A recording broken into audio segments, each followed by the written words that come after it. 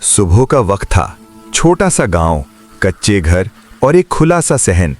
दो भाई अली और अहमद सहन में खेल रहे थे। उनके पास सिर्फ एक नई टॉय गाड़ी थी।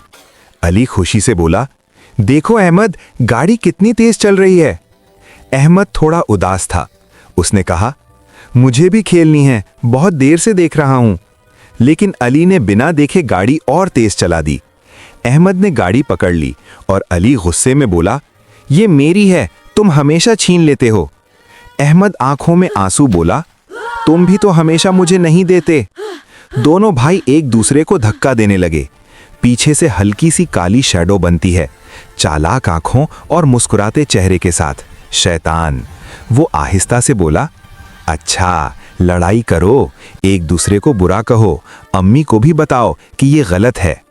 अली का गुस्सा और बढ़ गया। उसने चीख कर कहा, मुझे तुम पसंद नहीं हो।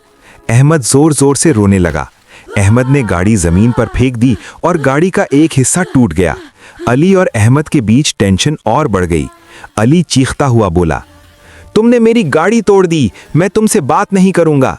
शैतान खुश होकर बोला, हाँ अब और गुस्सा करो, दिल में नफरत भर लो। तब अम्मी घर से बाहर आईं, नरमी से लेकिन गम के साथ बोली, ये क्या हो रहा है, भाई भाई क्यों लड़ रहे हो। दोनों भाई चुप हो गए। अम्मी उन्हें पास बिठाती हैं और प्यार से फरमाती हैं, बच्चों, नबी करीम सल्लल्लाहु अलैहि वसल्लम ने फरमाया कि गुस्सा शैतान की तरफ से होता है और शैतान चाहता है कि भाई भाई से दुश्मन बन जाएं। शैतान पीछे खड़ा होकर घबरा गया। अली ने सर झुका लिया और बोला, अम्मी मुझे गुस्सा आ गया था। अहमद मुस्कुराते हुए बोला, मुझे भी अफसोस है, मैंने गाड़ी फेंक दी। अम्मी मुस्कुराते हुए बोली, जब गुस्सा आए बिस्मिल्लाह पढ़ो और आऊज़ बिल्लाहि मिनश शैतानिर रजीम कहो।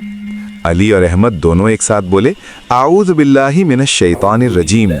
शैतान का चेहरा जलने लगता है और वो चीखते हुए धुआं बनकर गायब हो जाता है। अली अहमद को गले लगा लेता है और कहता है, तुम मेरे छोटे भाई हो, मैं तुमसे प्यार करता हूँ। अहमद मुस्कुराते हुए बोला, मैं भी, हम मिलकर खेलेंगे। अम्मी दोनों के सर पर हाथ रखती हैं।